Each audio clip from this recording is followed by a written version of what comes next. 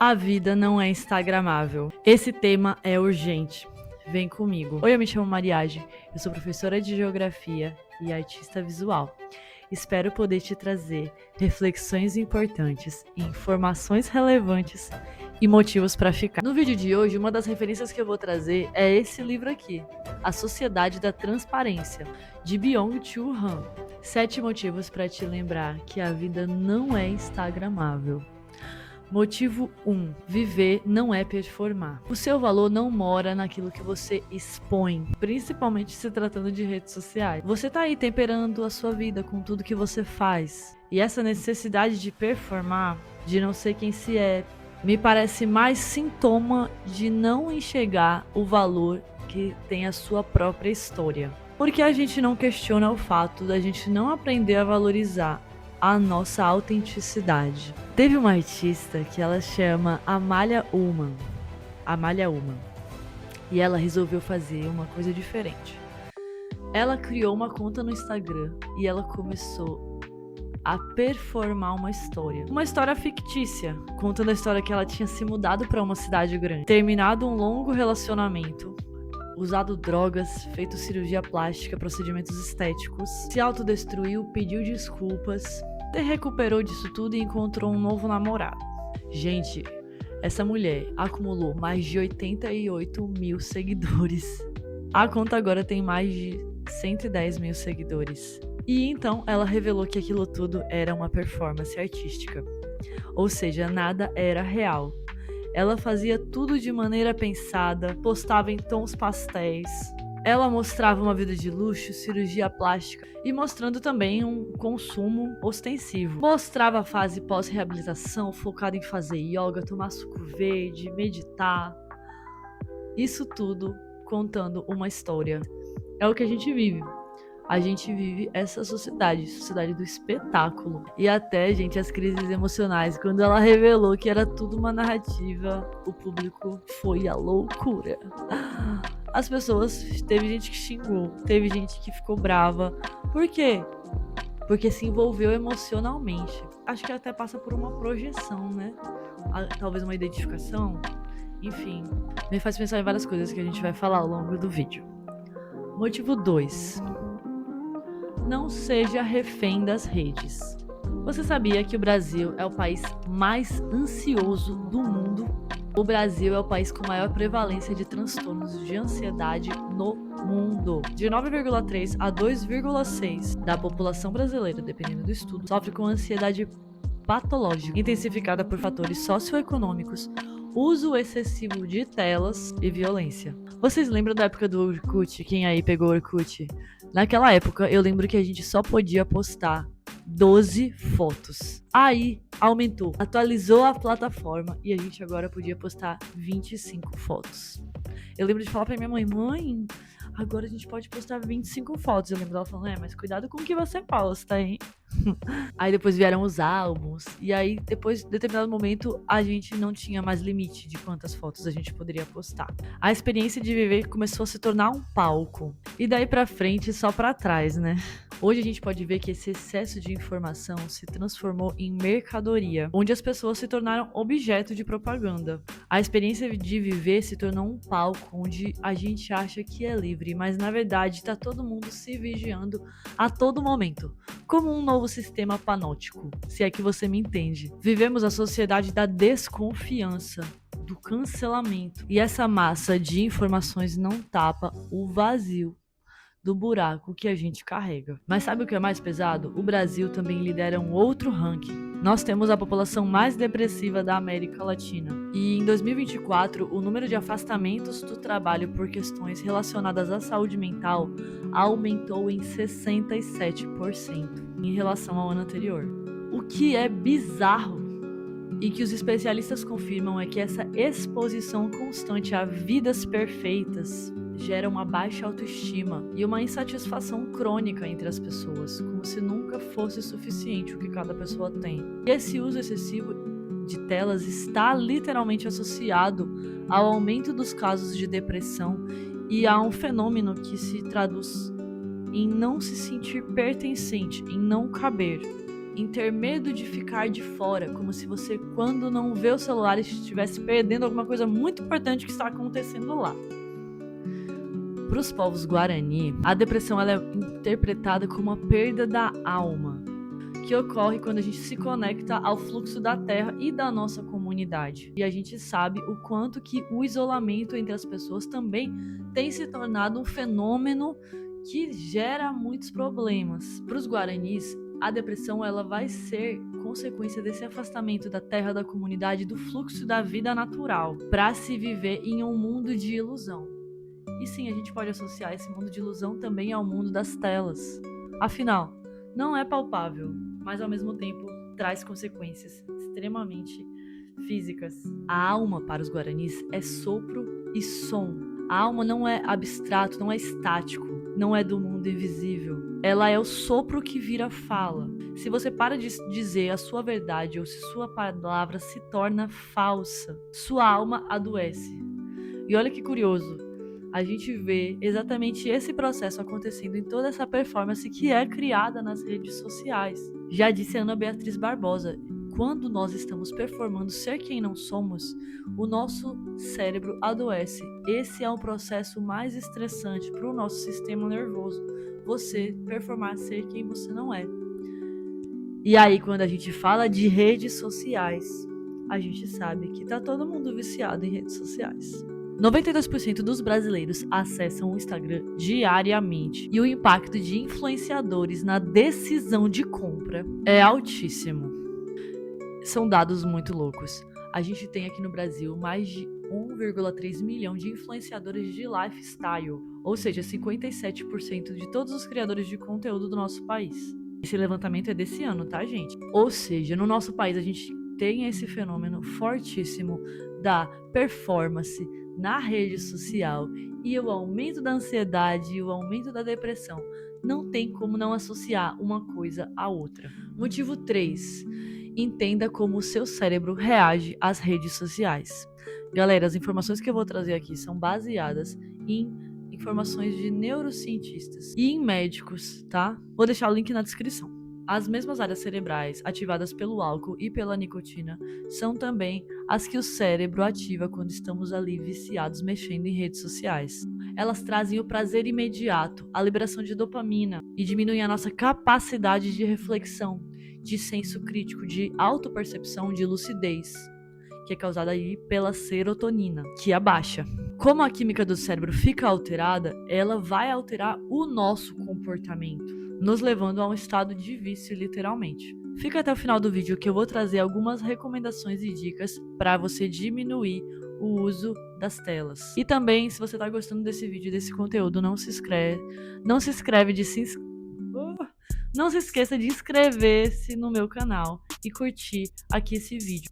Meu canal é novo, então aproveita e manda esse conteúdo também para 2 pessoas que você acha que vão gostar, vão se interessar e vai ser relevante na vida delas. Motivo 4. O excesso de comparação adoece. Por que se tornou tão difícil de nós morarmos no nosso próprio corpo? Porque a gente dá ousadia a culturas dominantes, padrões de beleza, a quererem impor como é o corpo perfeito. Brincadeiras à parte, galera. Isso é um processo que a gente faz sem nem ter consciência. O problema é que a gente aprende que é normal julgar. Nós não aprendemos o valor das transformações que acontecem no nosso corpo. Se a gente tá vivo, galera, a gente tá se transformando, o nosso corpo tá mudando. E isso, sabe o que significa? Que a gente tá vivo. É redundante, né? Mas é real. Se o seu corpo não estivesse se transformando, seria porque você não estaria vivo. Corpos reais mudam e essas mudanças contam histórias sobre quem somos e sobre como é o privilégio de estarmos experienciando a nossa existência. A realidade está posta e ela é inegociável. O que cabe a nós? Ficar criticando nossos detalhes? Que a gente possa tomar consciência das nossas decisões e não tomá-las de forma automática. Saber observar nossos pensamentos e nossos comportamentos de maneira lúcida e madura, para que a gente possa entender se condiz com o que realmente a gente quer pra gente. Motivo 5. Aquele que foge da sua imagem, foge da sua abundância. Aqui, galera, temos o mito de Oxum, da cultura Yorubá. Oxum é uma divindade feminina, a dona do ouro, da prosperidade, da fertilidade, da beleza, do mel e das águas calmas e doces. Ela carrega um espelho, que é chamado de Abebé. Espelho para Oxum não é vaidade. Enxergar e entender o nosso próprio reflexo é sabedoria. E é por meio do espelho de Oxum que ela ensina a importância de se reconhecer, de se enxergar. Fugir da própria imagem é negar a sua beleza, o seu valor pessoal e a sua força, e a força criadora do seu amor próprio. Considerando todo o cenário de tanta crítica, que a gente entenda a importância de valorizar, de alimentar o nosso amor próprio. Motivo 6. Priorizar a sua saúde mental. Um dos motivos de eu ter criado esse canal foi perceber que a gente tem tantas questões de saúde mental que permeiam a nossa sociedade, que permeiam a modernidade, e que a gente precisa falar sobre isso urgente. Como o que você consome te agrega? Como você cuida das relações que você tem com as pessoas? Você está presente nas relações? Eu já vi tanta gente falando assim, poxa, eu queria estar mais presente. A gente sabe que só depende da gente. São decisões mesmo diárias, de mandar uma mensagem, de fazer uma ligação, de estar presente. É muito simples e literalmente está na palma da nossa mão. Por que ao invés da gente ficar rolando feed, a gente não pega e faz uma ligação para uma pessoa que a gente tá com saudade? Possibilidades. Vou aprender. Nesse livro aqui, gente, o autor ele descreve as peregrinações e as procissões em um determinado momento. E ele fala que o significado dela se dá através da experiência que tem a transformação, a resistência, a insegurança, o medo, o desejo e a esperança. Ele também fala dos rituais e das cerimônias, que são processos que se esquivam da aceleração. Não tem como você acelerar um ritual. Imagina, uma cerimônia que a gente tá aí acostumado, um casamento. Você vai acelerar um casamento? Uma formatura. Você vai acelerar a formatura? É um momento tão importante. A gente não pode acelerar determinadas coisas. E aí vem a questão. Tem muita coisa que a gente não pode acelerar que a gente tá acelerando. E coisas que a gente deveria ter mais atenção, ter mais concentração, que a gente também esquece. Que a gente se desconcentra. Você está acelerando o que realmente deveria ser acelerado? Você está vivenciando o que realmente deveria ser vivenciado? E a sociedade da transparência é essa sociedade do excesso da exposição. Ela vai querer eliminar esses processos, porque eles atrapalham o quê? A aceleração. Tem um momento também que ele conta que antes você, para tirar uma fotografia, tinha todo um processo para revelar então aquele filme, o negativo, a revelação, a foto física, aquela foto que envelhece, que amarela, que em algum determinado momento vai se desgastando, como se ela tivesse um processo de nascimento e de morte também. E hoje em dia, isso não existe mais. A gente tem uma quantidade tão grande de fotos no nosso celular, mas será que a gente está conseguindo contemplar o que está ao nosso redor mesmo? Mas se a gente fosse fazer um álbum de fotos com o que realmente faz a gente transbordar, a gente teria quantas fotos para colocar nesse álbum? De pessoas, de momentos, de relações. Olha, eu espero que seja muitos. E pensando por esse lado, eu espero que a gente possa ter momentos que poderiam formar álbuns, uns mais lindos do que os outros. E por último, motivo 7. Olha ao seu redor. A vida não é instagramável. O que é algo instagramável? É algo que cabe num feed?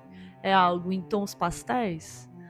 É algo que vai ter que ser legitimado, aprovado, validado por terceiros? A vida é muito mais profunda.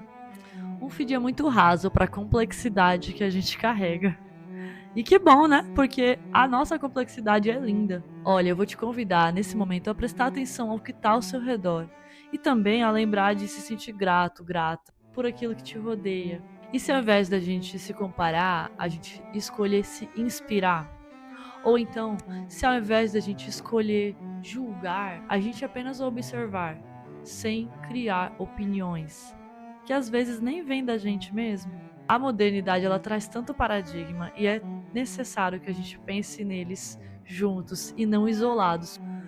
Né? A gente fica isolado, fica se comparando, fica com a cabeça toda zoada das ideias. Que a gente tenha a lucidez e a teimosia para viver a nossa vida de uma maneira que realmente valha a pena ser vivida. E eu vou ficando por aqui. Mas não vou esquecer. Vou agora também te dar aquelas dicas que falei para você mexer menos no celular.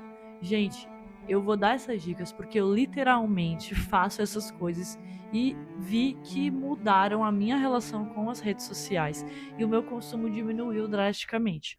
Primeira dica: 1 hora depois de você acordar e 1 hora antes de você dormir. Esqueça seu celular. Quando você acorda, você não vai mexer no seu celular, no máximo desligar o alarme. E antes de dormir, mesma coisa. Evite, até porque o celular tá lá te despertando, né? Então, não é bom. Não mexa no seu celular nem na primeira hora do seu dia, nem na última. Confia, faça isso. Segunda dica: quando você for abrir uma rede social, como por exemplo Instagram, TikTok, que às vezes, né, é tendencioso que você se perca no tempo, estipule um tempo. Por exemplo, você começou a mexer no Instagram às 6h10 da tarde, estipule: bom, vou mexer no Instagram 15 minutos. Então, você vai até às 6h35, certo? Acho que tá certo a minha conta. E você vai ali, tá olhando toda hora pro relógio. Ainda tenho tempo? Falta quanto tempo? Estipule esse tempo, porque aí você vai ter consciência do quanto tempo você quer estar ali, fazendo aquilo ali. A última dica é: sabe quando vem aquela vontade ansiosa de mexer no celular? Não mexa. Sério, aquela vontade que do nada você tá fazendo um negócio, aí pronto, aí pum. Ai, que vontade de pegar o celular. Não pega no seu celular nessa hora. Você vai fazer o quê? Você vai beber um copo de água. Deu vontade de mexer no celular? Bebe a aguinha. Mas então quando eu vou mexer no celular se eu não vou mexer quando eu tiver vontade? Justamente, você vai mexer quando você não tiver vontade. Por quê? Porque aí você vai desassociando isso de você sentir esse prazer gigante. Você vai ver que vai ficar com menos graça mexer no celular. E bom, eu imagino que essa seja a sua intenção, né? Então aí você vai ter conseguido o que você queria. Juro que funciona. O seu tempo de tela vai reduzir e você não vai nem me agradecer, vai se agradecer por ter feito isso por você. E galera, essa discussão poderia render muito mais, né? Ainda mais se a gente fosse falar de educação, de adolescência, de infância, de tempo de tela, dessas dinâmicas todas. Mas eu vou ficando por aqui. Se você gostou desse vídeo e quer mais conteúdo como esse, fala aqui nos comentários. E não se esqueça de se inscrever no canal e ativar as notificações. Vou ficando por aqui. Em algum lugar aqui vai aparecer um vídeo que vai ter relação com esse e que você vai gostar de assistir também. E é isso, meu amor. Um beijo.